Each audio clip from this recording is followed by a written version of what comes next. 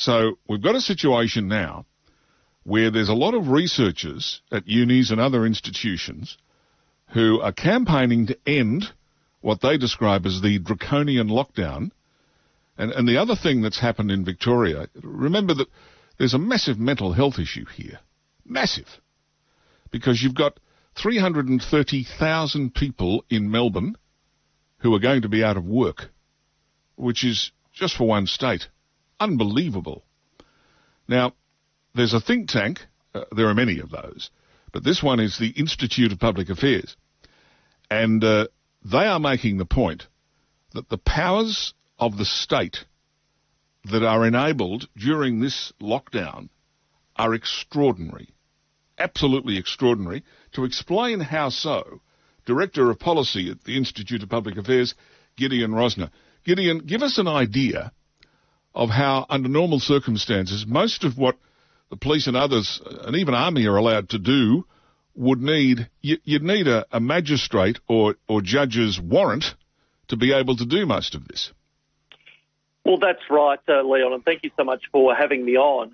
You're right. Under normal circumstances, for example, if the police wanted to enter your home, they would need a warrant or at least some reasonable suspicion that a crime was being committed. Under this legislation, a police officer can enter your home at any time without a warrant to make sure that you're complying with lockdown and curfew measures, among others. But that's just one example of the extraordinary way in which the most basic legal rights that we've come to understand them in Western democracies have been suspended. Any law in Victoria, for example, can be basically cancelled out or suspended by the police minister at any time.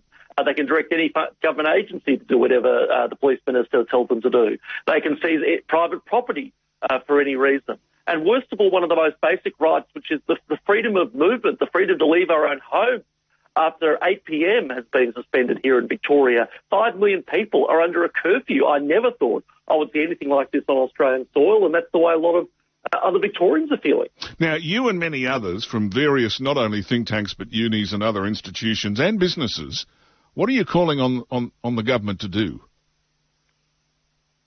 Well, look, I think whatever the government does needs to be proportionate, and it needs to be proportionate to the danger involved. Now, I understand that you're going to have, I think it's Peter Doherty, is it, on after me talking about... Professor Peter Collingham, and I know... Collingham brothers, I do apologise. And being an epidemiologist and being a medical professional, I'm sure he will talk about the need to get infection numbers down and the fact that the coronavirus is a serious illness that can do terrible health damage. That's absolutely true, but it needs to be balanced against other considerations.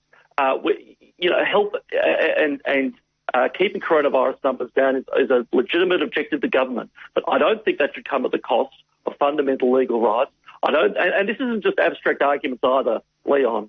We've seen police overreach in the last lockdown and increasingly this one. We've seen families that have been fined for example, taking their children for driving lessons, even though that poses no threat to anybody's safety.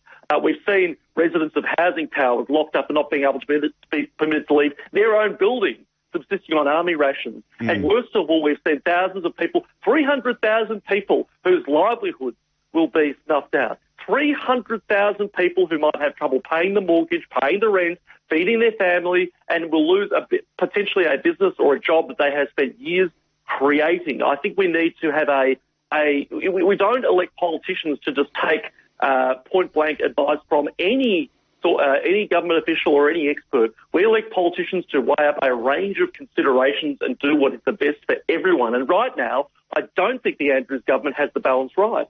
So you're saying it's just that what they're doing is disproportionate to the issue. Is that your argument? Yes, absolutely. And I've been a sceptic of lockdowns basically from the beginning. I think that they went too far in the first instance. But even I will concede there are some things that do need to be limited in the face of coronavirus. I think it's reasonable, for example, to keep international borders closed. I think it's reasonable to limit mass gatherings, and sadly that means football games. But it also means protests, Leon.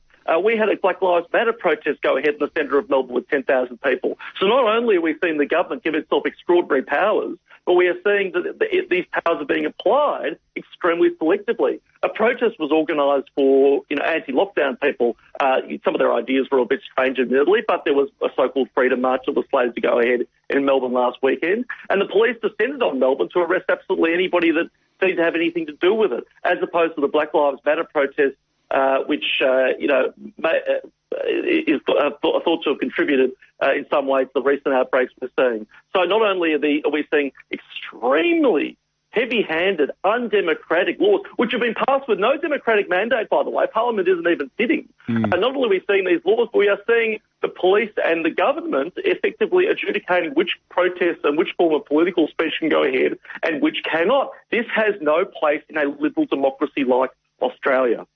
All right, Gideon, thank you for joining us. Now, that's Gideon Rozner from the Institute of Public Affairs.